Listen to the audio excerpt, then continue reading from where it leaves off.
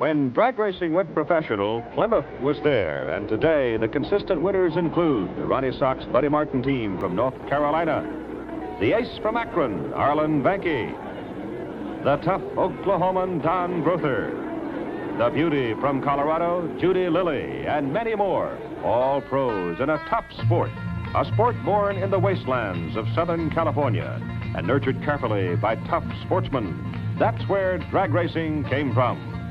In the 30s and into the 40s, cars raced against the clock in straightaway time trials on the dusty, windswept dry lakes and salt flats. Men like Ack Miller, Vic Edelbrock, Ed Iskandarian, Paul Schieffer, Wally Parks, and many others held to their belief that their sport did have a place, and the Southern California Timing Association led the way toward growth and progress in drag racing. By 1946, SCTA had some 25 clubs, and a major meet would draw 200 or more cars. The stock car, not too competitive in those days, but the drag racer is a man of ingenuity. If it did not run fast enough in the morning, then he went to work modifying, creating, trimming, honing. Give him a couple hours and he's 10 miles an hour faster. In a word, creativity, with speed the sole object. This was the look: flatheads, four-bangers, running with V8s and even V12s on inactive military airstrips. A lot of $300 mustering out checks put the hot rodders back on wheels.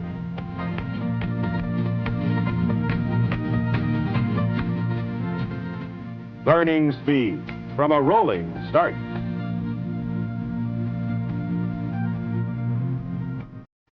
It had a special look, but also had a special performance.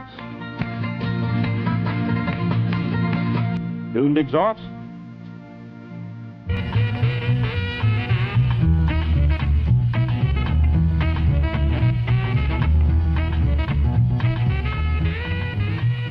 and sometimes a fella get a little out of shape, but at 45, 50, the shape wasn't too bad. The pits, they've always looked like the pits. Flat of your back, searching for the problem. Then came men like Stu Hilburn, magicians with carburetors, camshafts, fuels, and the like. Some real motor science started to show up in drag racing. They tamed the V8s, added streamlined chassis, and proceeded to break the magic 150-mile-an-hour barrier.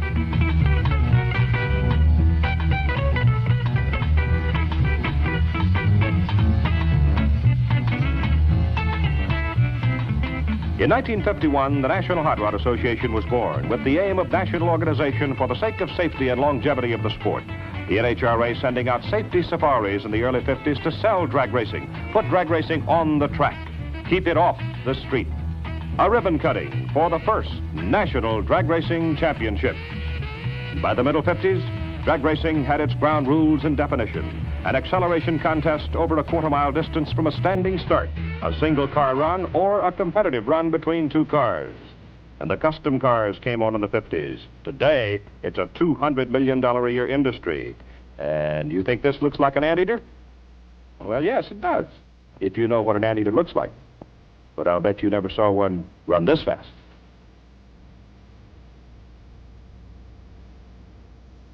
And even in the beginning years, a fella needed a push now and then. If he lost, well, sometimes dignity required him to take the shortest route home. Jack Brabham and Colin Chapman might be surprised to learn that dragsters were being pushed quite fast in the 50s.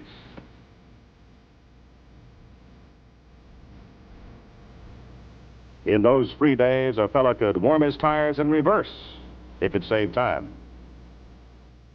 Ingenuity, the real heart of drag racing. Some of the lucky ones get some help from a computer now and then, but the sport is still trial and error. And that's the fun of it.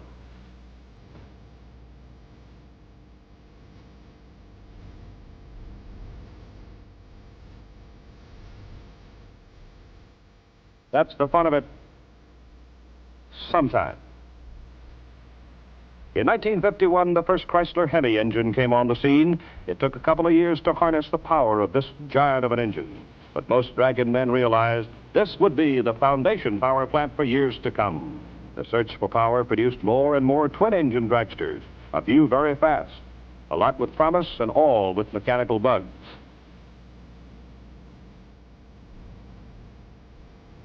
As more horsepower became available, the drag tire started getting more attention. Produced very little smoke, very little in those days compared to the tires of the middle 60s. 1959, drag racing made its appearance at the Riverside Raceway in Southern California. A lot of action, a lot of laughs, running downhill on the back straight.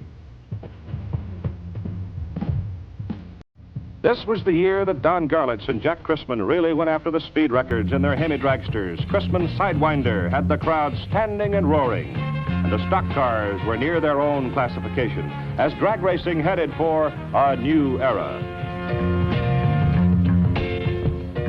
Rules were expanded, and a driver had to be careful about running out of his bracket. Hold it! Circle and wait. Sometimes the wiser decision. By 1963, the stock car had its place, the grandstands, and a population explosion. And in the NHRA Nationals, a pair of super stock wedges for the championship.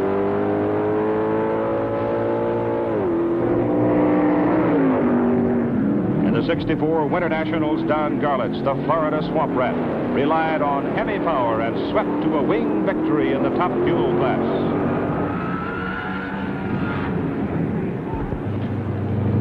1964 Nationals, Indy again. A pair of wedges running for the new Super Stock Class Championship, doing it automatically.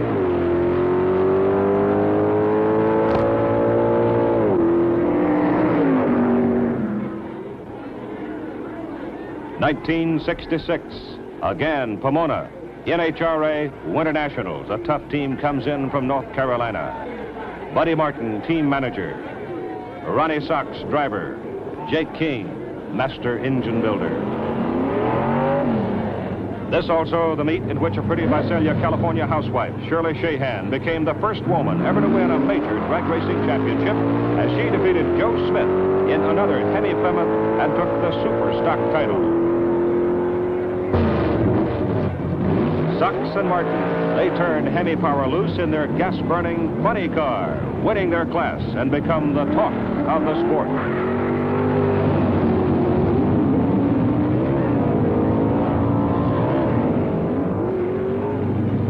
The big Superstock story of 1966, Jer Stahl slammed his Plymouth to 3 major victories in a row, including the Nationals at Indy. Jer Stahl, Superstock champ, Spring Nationals, Nationals, and World Finals. 1967, Thunder Valley, Bristol, Tennessee. The boss, the real boss. The pro ranks growing, best drag equipment ever. National Hot Rod Association Spring National. Ronnie Sox. Other lane, Ron Mancini, another Plymouth. A record crowd to watch.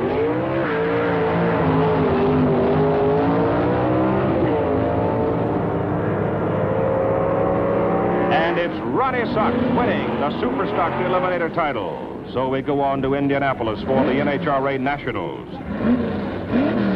Next, Ronnie Sox takes on the old pro, Grumpy Jenkins, driving a Camaro. Jenkins, one of the best ever at the Christmas tree. Ronnie Sox had the power in his Plymouth. He knew it, but he also knew the light was critical. And Sox is a half breath too quick. A red light, and Grumpy is the winner in Super Stock in the 1967 Nationals.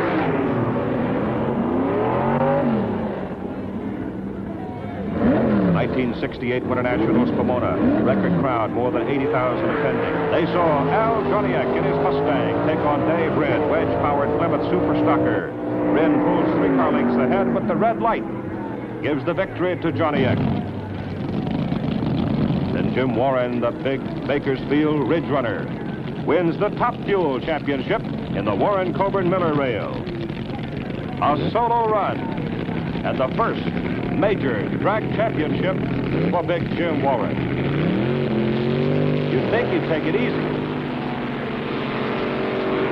but he didn't.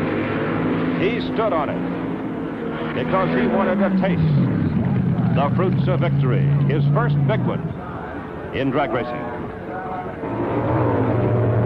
Back to Indy again. 1968 NHRA Nationals. First time total prize monies for a meet go past $150,000. Again, a Plymouth showdown. Superstock finals. Arlen Banky, Akron, Ohio, against Wally Booth, Midwest Auto Special.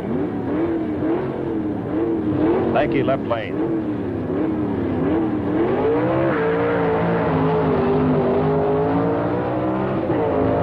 Banky's got to catch him. Top end, he got him. Akron Arnie for the win. Take a look. Less than a yard for the victory. Arlen Banky. Superstock. Come out of there. Let me shake your hand. Congratulations. Thank you. This the first big title for you this year? Yes, it is, sir. What was the difference for you at the Nationals, Arlen? Well, it just seemed like the car was ready. I felt good, and it was my day. And no troubles along the way? No exciting moments? None whatsoever, no troubles. Everything was exciting because the car was running fine, and so was everybody else. What does this mean to you, this national championship? I know that you're certainly not a newcomer. You've been in the sport for a long time. It must be a rewarding moment for you. Well, it means to me I can go home and won't have to listen to anybody saying, why did so-and-so beat you, or what did you do this wrong for?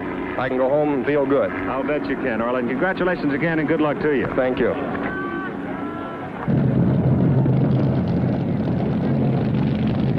1968 Nationals at Indianapolis AA Fuel Finals. John Garlitz, the Swamp Rat, trying to become the first man ever to win 3 Nationals against the tough Kreitz, Greer, and Donovan Fueller.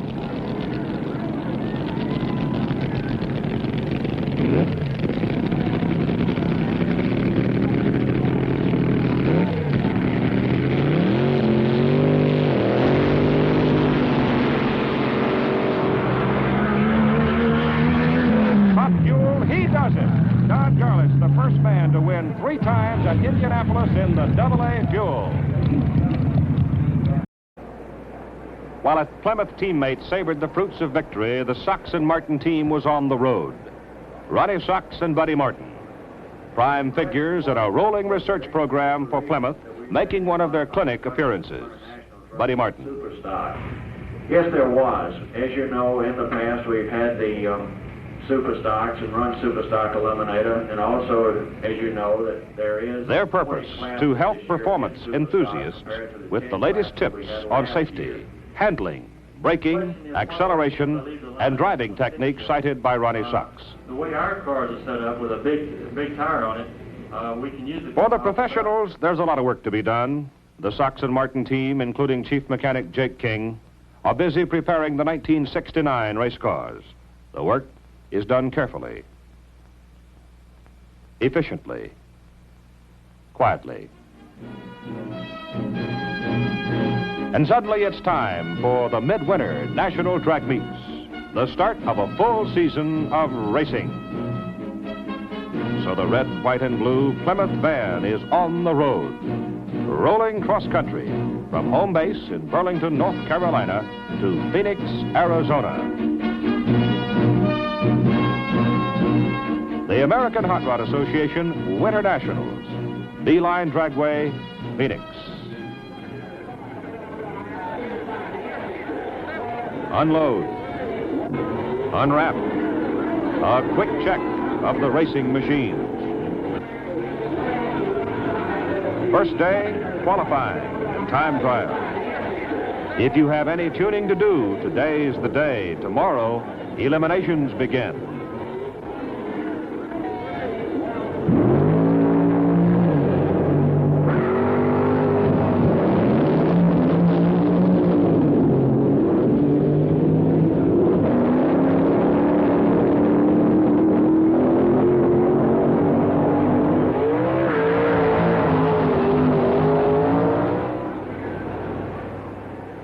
For Sox and Martin, a quick wrap.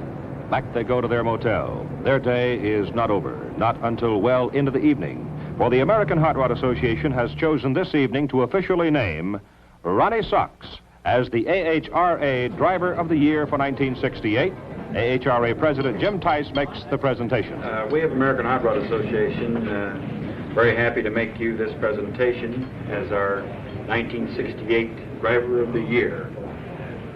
Thank you very much, Tim. I'd like to thank all of you with the NHRA for this award, and I'd also like to thank everyone that made this possible, especially all of our sponsors, and to Mr. Jake King, who we think is one of the greatest mechanics in the bunch, and also to Mr. Buddy Martin, who has to get all the loose ends tied up and more or less satisfy the factory guys, satisfy me, and satisfy Jake. And I know he has a pretty rough job, so just a special thanks to all of you.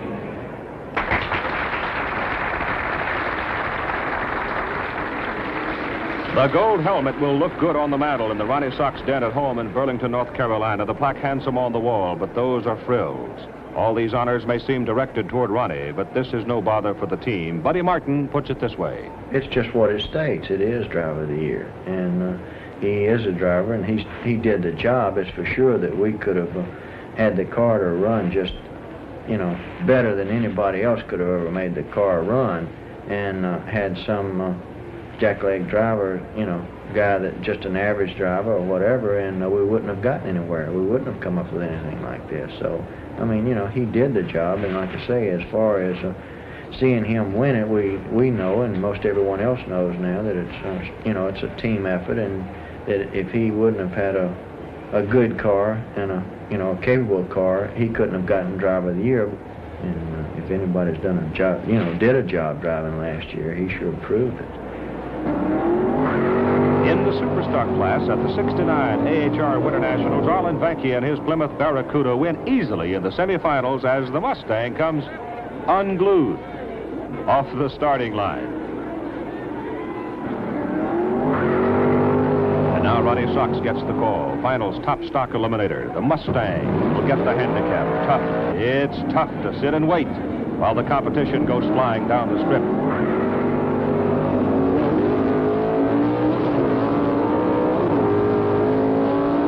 Can he catch him? Sox in the left lane. The spectator side. At the top end. He got him. Close, but he won another Eliminator Championship. Back comes Arlen Vanke in the Superstock Finals. Vanke running in the left lane. Ed Terry's Cobra Jet right lane. And Vanke wins easily. And now the Mopar Review under the high sky of Arizona. The Ram Chargers, AA fuel champions. Big John Mazmanian's super tough, funny Barracuda, the best appearing car and crew at Phoenix. Arlen Vanke, the Superstock champ. Ronnie Sox Roadrunner, the top stock champion. Been a good day for the Plymouth team at the AHRA Winter Nationals. But the drag racing fan wants more. He wants a close look at the men and the machines he's admired from the distance. And he gets that look, and his questions will be answered right on the track. That's the way it is with the Plymouth team of professionals. The racer's work is never over. Well, the action now shifts a little farther west to Pomona, California. Pomona, the site of the National Hot Rod Association's Winter Nationals.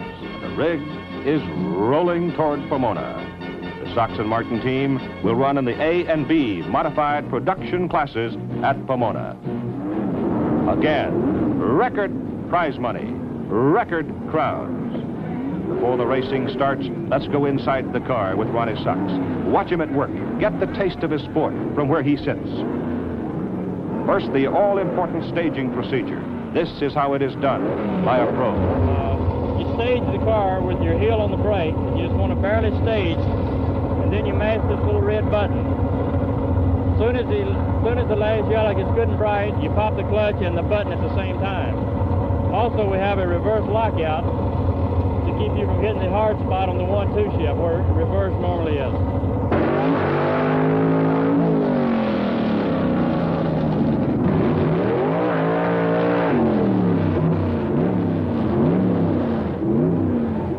What about the Christmas tree? Are all the Christmas trees the same, Ronnie?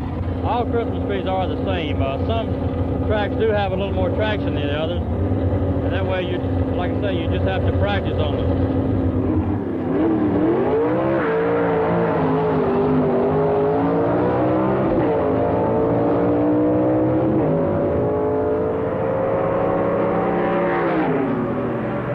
Ronnie Sox runs in the A modified production final shortly, but right now we have two Plymouths rolling to the starting line in the Super Stock semifinals. Don Grother, Oklahoma City, in the near lane, torque flight.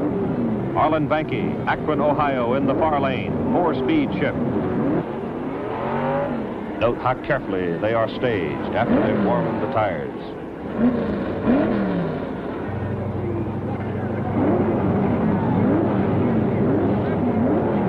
Here's where the pressure really bears down.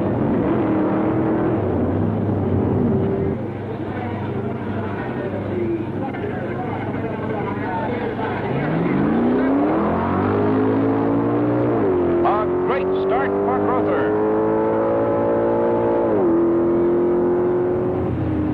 And he wins it in the right lane. And Grother goes to the Super Stock Finals. Now it's nearly time for the Street Eliminator Finals. In the staging lanes, a final moment for the A-modified production winners, Ronnie Sox and Buddy Martin. The car was running to Irwindale with his collectors on it. It should run better.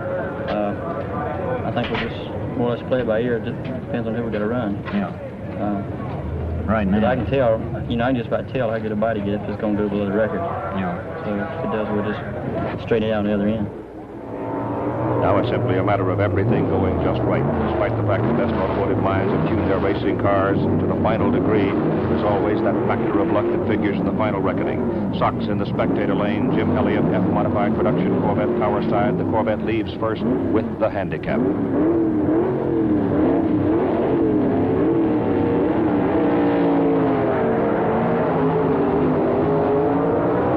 And Ronnie Sox will lose this one. A red light. He jumped the starting line just a fraction of a second too soon, and Buddy Martin walks away fretting. Now a look at the fantastic funny cars, a pair of Barracudas. Ray Alley, power side. Rich Sarunian, spectator side. Watch the power off the start.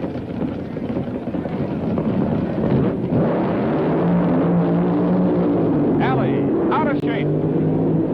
Buddy Hosen, a fantastic job of driving by Ray Alley, and he goes on to win the race.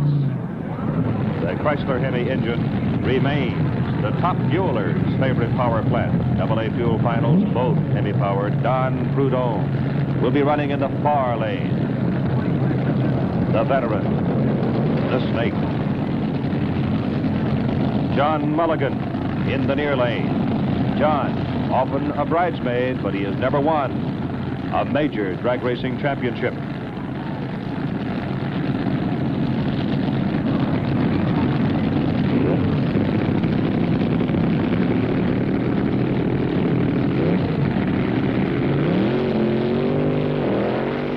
Mulligan off first, and he wins it. John Mulligan wins the AA fuel title and cooks an engine. More Hemi power, top gas final. Dave Grassi, spectator side. Cliff Smith in Larry Bauer's gas rail power side.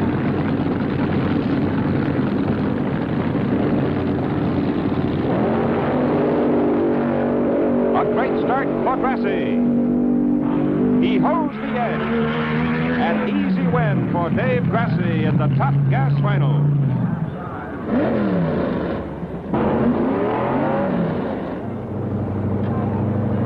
Well, the Plymouth team will now watch as Don Grother in his white 68 Barracuda Super Stock showdown with Jerry Harvey. The Mustang leaves first under the handicap system.